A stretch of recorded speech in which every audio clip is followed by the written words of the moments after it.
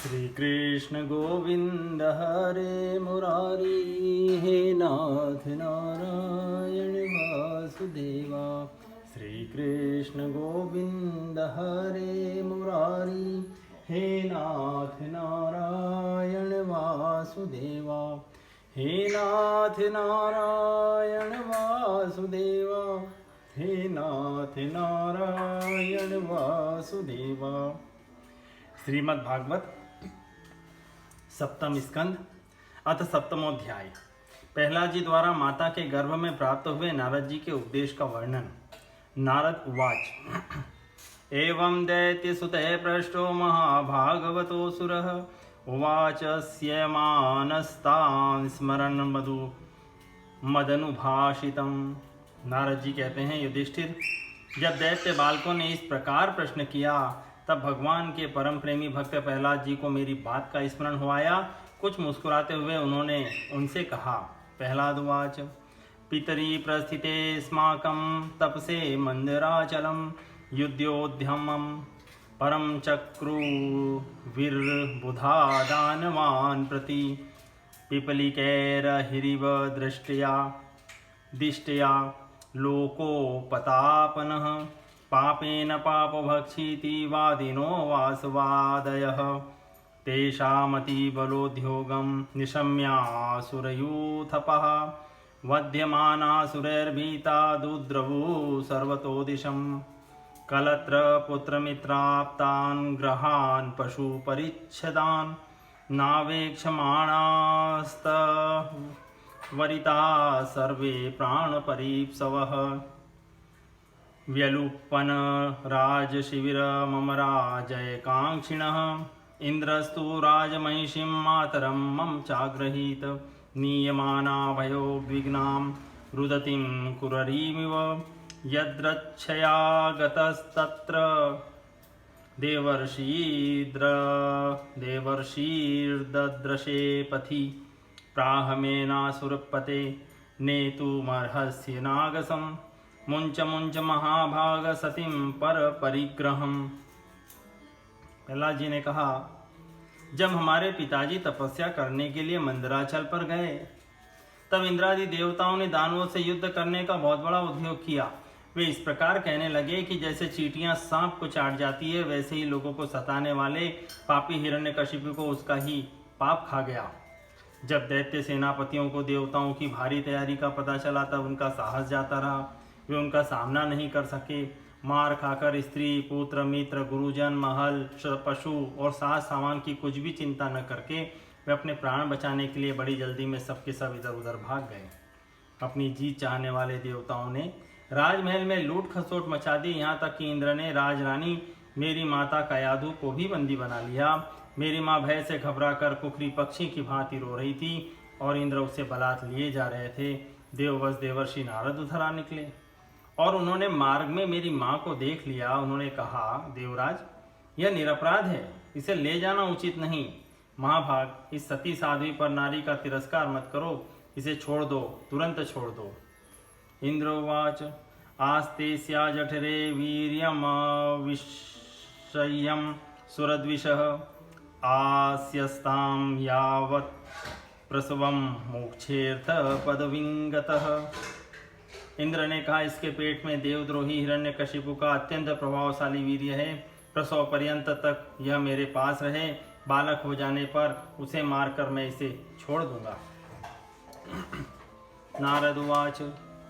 अयं निष्किल विषः साक्षान् महाभागवतो महान्, त्वया न प्राप्स्यते संस्था मनन्तानुचरो बलि, इत्युक्तस्तां विहायेन्द्रो देवर्षेर्मानयन् वचः, अनन्तप्रियभक्तेनां परिक्रम्य दिवं ययौ, ततो नो मातरं ऋषिः समानीय निजाश्रमम्, आश्वास्ये होष्यतां वत्से यावत् ते भर्तुरागमः, तथ्येत्यवात्सीद देवर्षेरन्ति साप्य कुतो भया, यावद दैत्यपतिर्घोरात् तपसो न न्यवर्तत, ऋषिं पर्यचरत तत्र भक्त्या परमया सती अंतर्वत्नी स्वर्गभस्य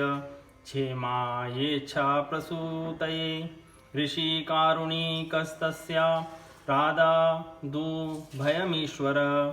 धर्मस्य तत्त्वज्ञानं च मामप्योदिश्य निर्मलं तत्तु कालस्य दीर्घत्वात् स्त्रीत्वान्मातुस्तिरो दधे ऋषीणानुगृहीतं मां साधूनाप्यजहाति स्मृतिः भवतामपि भूयान्मे यदि श्रद्धते वचः वैशारदीभिः श्रद्धातः स्त्रीबालानां च मे यथा जन्माद्या षडिमे भावा द्रष्टा देहस्य नात्मनः फलानामिव वृक्षस्य कालेनेश्वर मूर्तिना। नारद जी ने कहा, इसके गर्भ में भगवान का साक्षात परम प्रेमी भक्त और सेवक अत्यंत बली और निष्पाप महात्मा है। तुम में उसको मारने की शक्ति नहीं है। देवर्षि नारद की यह बात सुनकर उसका सम्मान करते हुए इंद्र ने मेरी माता को छोड़ दिया और फिर इसके गर्भ में भगवत भक्त है इस भाव से उन्होंने मेरी माता की प्रदक्षिणा की और अपने लोक में चले गए। इसके बाद देवर्षि नारद जी मेरी माता को अपने आश्रम पर लिवा गए और उसे समझा बुझाकर कहा, बेटी जब तक तुम्हारा पति तपस्या करके लौटे तब तक तुम यहीं रहो। जो आज्ञा कहकर वह निर्भयता से देवर्षि नारद के आश्रम पर ही रहने लगी और तब तक रही जब तक मेरे पिता घोर तपस्या से लौटकर नहीं आए। मेरी गर्भवती माता मुझ गर्भस्थ शिशु की मंगल कामना से और इच्छित समय अर्थात मेरे पिता के लौटने के बाद संतान उत्पन्न करने की कामना से बड़े प्रेम तथा भक्ति के साथ नारद जी की सेवा शुश्रूषा करती रही। देवर्षि नारद जी बड़े दयालु और सर्वसमर्थ हैं। उन्होंने मेरी माँ को भागवत धर्म का रहस्य और विशुद्ध ज्ञान दोनों का उपदेश दिया। उपदेश करते समय उनकी दृष्टि मुझ पर भी थी। बहुत समय बीत जाने के कारण और स्त्री होने के कारण भी मेरी माता को तो उस ज्ञान की स्मृति नहीं रही, परंतु देवर्षि की विशेष कृपा होने के कारण मुझे उसकी विस्मृति नहीं हुई। यदि तुम लोग मेरी इस बात पर श्रद्धा करो तो तुम्हें भी वह ज्ञान हो सकता है, क्योंकि श्रद्धा से स्त्री और बालकों की बुद्धि भी मेरे समान ही शुद्ध हो सकती है। जैसे ईश्वर मूर्ति काल की प्रेरणा से वृक्षों को फल लगते, ठहरते, बढ़ते, पकते, क्षीण होते और नष्ट हो जाते हैं, वैसे ही जन्म, अस्तित्व की अनुभूति, वृद्धि, परिणाम, क्षय और विनाश, ये 6 भाव विकार शरीर में ही देखे जाते हैं। आत्मा से इनका कोई संबंध नहीं है। आत्मा नित्यो व्यय शुद्ध एक क्षेत्रज्ञयाश्रय अविक्रिय स्वद्रग हेतु व्यापको संज्ञानाव्रतः एतैर्द्वादशर्भिर्विद्वानात्मनो लक्षणे परे अहं मे मत्य सद्भावं देहादो मोहजं त्यजेत स्वर्णं यथा ग्रावसु हेमकारः क्षेत्रेषु योगेस्तदभिज्ञ आप्नुयात् क्षेत्रेषु देहेषु तथात्मयोगे रध्यात्मविद ब्रह्मगतिं लभेत। अष्टो प्रकृतयः प्रोक्तास्त्रय एव हि तद्गुणा विकाराः षोडशाचार्ये पुमानेक समन्वयात् देहस्तु सर्वसंघातो जगत्तस्थूरिति द्विधा अत्रेय मृग्य पुरुषो नेति नेतीत्यतत त्यजन अन्वयन व्यतिरेकेण विवेकेनोषतात्मना सर्गस्थान समाम्नायैर्विमृशद्भिर्सत्वरे बुद्धेर्जागरणं स्वप्न सुषुप्तिरिति वृत्तयः तायेनेवानुभूयन्ते सोऽध्यक्ष पुरुषः परः एभिस्त्रीवर्णे पर्यस्तेर्बुद्धिर्भेदे क्रियोद्भवे स्वरूपमात्मनो बुध्येद गन्धेर्वायुमिवान्वयात् एतद्वारो हि संसारो गुणकर्मनिबन्धनः अज्ञानमूलो पार्थोऽपि पुंस स्वप्न विवेश्यते। आत्मा नित्य, अविनाशी, शुद्ध, एक क्षेत्रज्ञ आश्रय, निर्विकार, स्वयं प्रकाश, सबका कारण, व्यापक, असंग तथा आवरण रहित है। ये 12 आत्मा के उत्कृष्ट लक्षण हैं।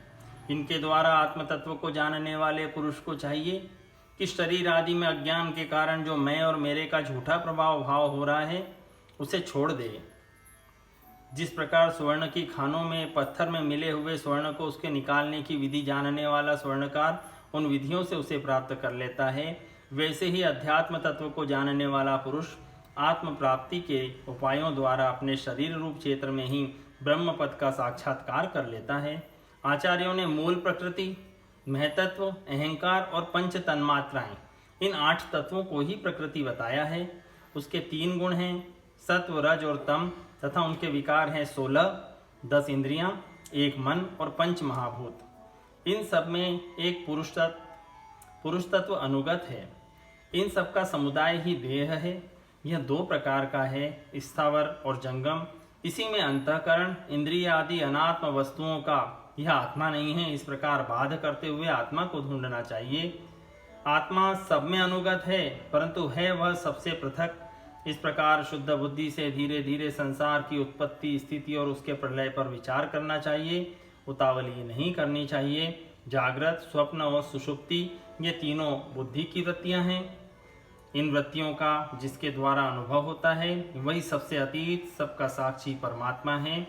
जैसे गंध से उसके आश्रय वायु का ज्ञान होता है, वैसे ही बुद्धि की इन कर्मजन्य एवं बदलने वाली तीनों अवस्थाओं के द्वारा इनमें साक्षी रूप से अनुगत आत्मा को जाने।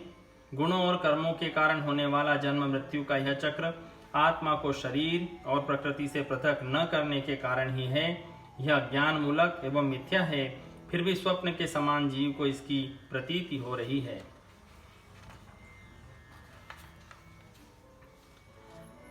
तस्माद् भवद्भिः कर्तव्यं कर्मणाति गुणात्मनां बीज निर्हरणं योग प्रवाहो परमोधियः तत्रोपाय सहस्राणामयं भगवतोदितः यदीश्वरे भगवती यथा ये रंजसारतिः गुरुशुश्रूषया भक्त्या सर्वबद्धार्पणेन च संगेन साधु भक्तानामीश्वराराधनेन च श्रद्धया तत्कथायां च कीर्तनैर्गुणकर्मणां तत्पादाम्बुरुहध्यानात् तल्लिङ्गेक्षार्हणादिभिः हरिः सर्वेषु भूतेषु भगवानास्त ईश्वरः इति भूतानि मनसा कामेस्ते साधु मानयेत् एवं निर्जितः षड्वर्गैः क्रियते भक्तिरीश्वरे वासुदेवे भगवती यया संलभते रतिं निशम्य कर्माणि गुणानतुल्यान् वीर्याणि लीलातनुभिकृतानि यदातिर्हर्षोत्पुलकाश्रुगदगदं प्रोत्कट उद्गायति रोति नृत्यति यदा ग्रहग्रस्त इव क्वचिद्धस त्याक्रदन्ते ध्यायति वन्दते जनं मुश्वसन् वक्ति हरे जगत्पते नारायणेत्यात्ममतिर्गतत्रपः। इसलिए तुम लोगों को सबसे पहले इन गुणों के अनुसार होने वाले कर्मों का बीज ही नष्ट कर देना चाहिए। इनमें बुद्धि वृत्तियों का प्रवाह निवृत्त हो जाता है। इसी को दूसरे शब्दों में योग या परमात्मा से मिलन कहते हैं। यूँ तो इन त्रिगुणात्मक कर्मों की जड़ उखाड़ फेंकने के लिए अथवा बुद्धि वृत्तियों का प्रवाह बंद करने के लिए सहस्त्रों साधन हैं, परंतु जिस उपाय से और जैसे सर्वशक्तिमान भगवान में स्वाभाविक निष्काम प्रेम हो जाए वही उपाय सर्वश्रेष्ठ है। यह बात स्वयं भगवान ने कही है।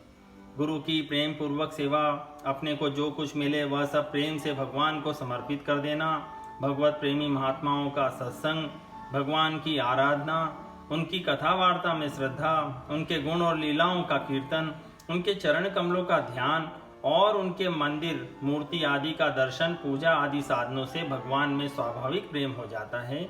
सर्वशक्तिमान भगवान श्री हरि समस्त प्राणियों में विराजमान है। ऐसी भावना से यथाशक्ति सभी प्राणियों की इच्छा पूर्ण करे और हृदय से उनका सम्मान करे। काम, क्रोध, लोभ, मोह, मद और मत्सर, इन 6 शत्रुओं पर विजय प्राप्त करके जो लोग इस प्रकार भगवान की साधन भक्ति का अनुष्ठान करते हैं, उन्हें उस भक्ति के द्वारा भगवान श्री कृष्ण के चरणों में अनन्य प्रेम की प्राप्ति हो जाती है। जब भगवान के लीला शरीरों से किए हुए अद्भुत पराक्रम, उनके अनुपम गुण और चरित्रों को श्रवण करके अत्यंत आनंद के उद्रेक से मनुष्य का रोम रोम खिल उठता है, आंसुओं के मारे कंठ गदगद हो जाता है और वह संकोच छोड़कर जोर जोर से गाने, चिल्लाने और नाचने लगता है। जिस समय वह ग्रहग्रस्त पागल की तरह कभी हंसता है, कभी करुण क्रंदन करने लगता है, कभी ध्यान करता है तो कभी भगवत भाव से लोगों की वंदना करने लगता है, और जब वह भगवान में ही तन्मय हो जाता है, बार बार लंबी सांस खींचता है और संकोच छोड़कर हरे जगतपति नारायण कहकर पुकारने लगता है, तब भक्ति योग के महान प्रभाव से उसके सारे बंधन कट जाते हैं और तदा पुमान मुक्त समस्त बंधनस्तद भाव भावानुकृताशयाकृति निर्दग्ध बीजानुशयो महीयसा भक्ति प्रयोगेण समेत्य धोक्षजम् अधोक्षजालम्भमिहाशुभात्मन शरीरिण संसृति चक्रशातनं तद ब्रह्म निर्वाण सुखं विदुर्बुधा ततो भजध्वं हृदयेरधीश्वरम् कोटि प्रयासो सुरबालिका हरे रूपासने स्वेरदि छिद्रवत्सत स्वस्यात्मनः सख्युरशेष देहिनां सामान्यतः किं विषयोपपादने राय कलत्रं पशवसुतादयो ग्रहामयि कुञ्जर कोशभूतयः सर्वेऽर्थकामा क्षणभङ्गुरायुष कुर्वन्ति मर्तस्य कियत् प्रियं चलः एवं हि लोका क्रतुभिः कृतामि क्षैष्णव सातिशयान निर्मलः तस्माद् दृष्ट श्रुतदूषणं परं भक्तेककैशं भजतात्मलब्धे यदध्यर्थेह कर्माणि विद्वन्मान्यसत्कृन्नरः करोतयो विपर्यासममोघं विन्दते फलम्।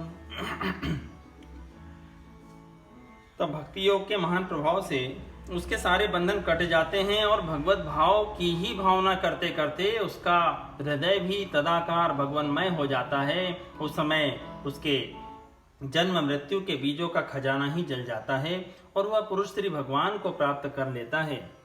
इस अशुभ संसार के दलदल में फंसकर अशुभ में हो जाने वाले जीव के लिए भगवान की यह प्राप्ति संसार के चक्कर को मिटा देने वाली है। इसी वस्तु को कोई विद्वान ब्रह्म और कोई निर्वाण सुख के रूप में पहचानते हैं। इसलिए मित्रों, तुम लोग अपने अपने हृदय में हृदयेश्वर भगवान का भजन करो। असुर कुमारों, अपने हृदय में ही आकाश के समान नित्य विराजमान भगवान का भजन करने में कौन सा विशेष परिश्रम है। वे समान रूप से समस्त प्राणियों के अत्यंत प्रेमी मित्र है और तो क्या अपने आत्मा ही हैं। उनको छोड़कर भोग सामग्री इकट्ठी करने के लिए भटकना राम राम कितनी मूर्खता है। अरे भाई, धन, स्त्री, पशु, पुत्र, पुत्री, महल, पृथ्वी, खजाना, हाथी और भांति भांति की विभूतियां और तो क्या संसार का समस्त धन तथा भोग सामग्रियां इस क्षण भंगुर मनुष्य को क्या सुख दे सकती हैं। वे स्वयं ही क्षण भंगुर हैं। जैसे इस लोक की संपत्ति प्रत्यक्ष ही नाशवान है, वैसे ही यज्ञों से प्राप्त होने वाले स्वर्गादि लोक भी नाशवान और आपेक्षिक एक दूसरे से छोटे बड़े ऊंचे नीचे हैं। इसलिए वे भी निर्दोष नहीं हैं। निर्दोष है केवल परमात्मा। न किसी ने उनमें दोष देखा है और न सुना है। अतः परमात्मा की प्राप्ति के लिए अनन्य भक्ति से उन्हीं परमेश्वर का भजन करना चाहिए। इसके सिवा अपने को बड़ा विद्वान मानने वाला पुरुष इस लोक में जिस उद्देश्य से बार बार बहुत से कर्म करता है, उस उद्देश्य की प्राप्ति तो दूर रही, उल्टा उसे उसके विपरीत ही फल मिलता है और निस्संदेह मिलता है। सुखाय दुख मोक्षाय संकल्पय कर्मिणः सदाप्नोतीहया दुख मनीहाया सुखाव्रतः कामान कामयते काम्येर्यदर्थमिह पूरशः स वै देहस्तु पारख्यो भंगुरो यात्युपेति च किमु व्यवहितापत्यदारागारधनादय राज्यं कोशगजामात्य भृत्याप्ता ममतास्पदा किमेतैरात्मनस्तुच्छे सह देहेन नश्वरे अनर्थेरर्थसङ्काशैर्नित्यानन्दमहोदधे निरूप्यतामिह स्वार्थः कियान् देहभृतोऽसुराः निषेकादिष्वस्थासु क्लिश्यमानस्य कर्मभिः कर्माण्यारभते देहेनात्मानुवर्तिना कर्मेभिस्तनुते देह मोभयं त्वविवेकतः तस्मादर्यिथाश्च कामाश्च धर्माश्च यदस्पाश्रयः भजतानि हयात्मानमनीहं हरिमीश्वरं सर्वेषामपि भूतानां हरिरात्मेश्वरः प्रियः महदद्भिः स्वकृतेर्कृतानां जीवसंगितः देवसुरो मनुष्यो वा यक्षो गन्धर्व एव च भजन मुकुंद चरणं स्वस्तिमान स्वाद यथा वयम्। कर्म में प्रवृत्त होने के दो ही उद्देश्य होते हैं, सुख पाना और दुख से छूटना।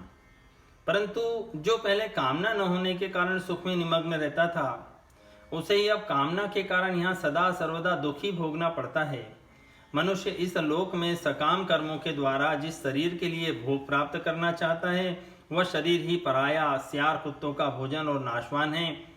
कभी वह मिल जाता है तो कभी बिछुड़ जाता है।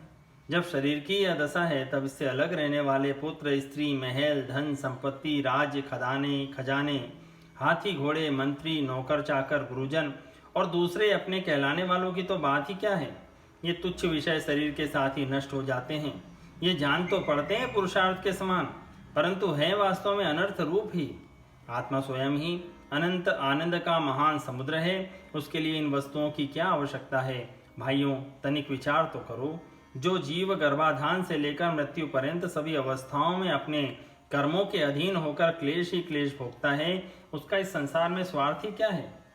यह जीव सूक्ष्म शरीर को ही अपना आत्मा मानकर उसके द्वारा अनेकों प्रकार के कर्म करता है और कर्मों के कारण ही फिर शरीर ग्रहण करता है। इस प्रकार कर्म से शरीर और शरीर से कर्म की परंपरा चल पड़ती है और ऐसा होता है अविवेक के कारण। इसलिए निष्काम भाव से निष्क्रिय आत्मस्वरूप भगवान श्री हरि का भजन करना चाहिए। अर्थ, धर्म और काम सब उन्हीं के आश्रित है, बिना उनकी इच्छा के नहीं मिल सकते। भगवान श्री हरि समस्त प्राणियों के ईश्वर, आत्मा और परम प्रियतम है। वे अपने ही बनाए हुए पंचभूत और सूक्ष्म भूत आदि के द्वारा निर्मित शरीरों में जीव के नाम से कहे जाते हैं। देवता, दैत्य, मनुष्य, यक्ष और गंधर्व चाहे कोई भी क्यों न हो, जो भगवान के चरण कमलों का सेवन करता है, वह हमारे ही समान कल्याण का भाजन होता है। नालम द्विजत्वं देवत्वं ऋषित्वं वासुरात्मजः प्रीणनाय मुकुन्दस्य न वृत्तं न बहुज्ञता न दानं न तपो नेज्यान शौचं न व्रतानि च प्रीयते मलया भक्त्या हरिरन्यद विडम्बनं ततो हरो भगवती भक्तिं कुरुत दानवः आत्मोपम्येन सर्वत्र सर्वभूतात्मनीश्वरे दैतेया यक्ष रक्षांसि स्त्रियः शूद्रा व्रजोकसः खगा मृगा पापजीवा सन्ति ह्यच्युततां गतः एतावानेव लोकेऽस्मिन् पुंसः स्वार्थः परः स्मृतः एकांत भक्ति गोविंदे यत्सर्वत्र तदीक्षणम्। दैत्य बालकों, भगवान को प्रसन्न करने के लिए ब्राह्मण, देवता या ऋषि होना, सदाचार और विविध ज्ञानों से संपन्न होना तथा दान, तप, यज्ञ, शारीरिक और मानसिक शौच और बड़े बड़े व्रतों का अनुष्ठान पर्याप्त नहीं है। भगवान केवल निष्काम प्रेम और भक्ति से ही प्रसन्न होते हैं और सब तो विडंबना मात्र है। इसलिए दानव बंधुओं, समस्त प्राणियों को अपने समान ही समझकर सर्वत्र विराजमान सर्वात्मा सर्वशक्तिमान भगवान की भक्ति करो। भगवान की भक्ति के प्रभाव से दैत्य, यक्ष, राक्षस, स्त्रियां, शूद्र, गोपालक, हीर, पक्षी, मृग और बहुत से पापी जीव भी भगवत भाव को प्राप्त हो गए हैं। इस संसार में मनुष्य शरीर में जीव का सबसे बड़ा स्वार्थ अर्थात एकमात्र परमार्थ इतना ही है कि वह भगवान श्री कृष्ण की अनन्य भक्ति प्राप्त करे। उस भक्ति का स्वरूप है सर्वदा सर्वत्र सब वस्तुओं में भगवान का दर्शन। इति श्रीमद्भागवते महापुराणे पारमहंस्यां संहितायां सप्तम स्कंधे प्रह्लादानुचरिते दैत्यपुत्रानुशासनं नाम सप्तमोऽध्याय सम्पूर्णम्।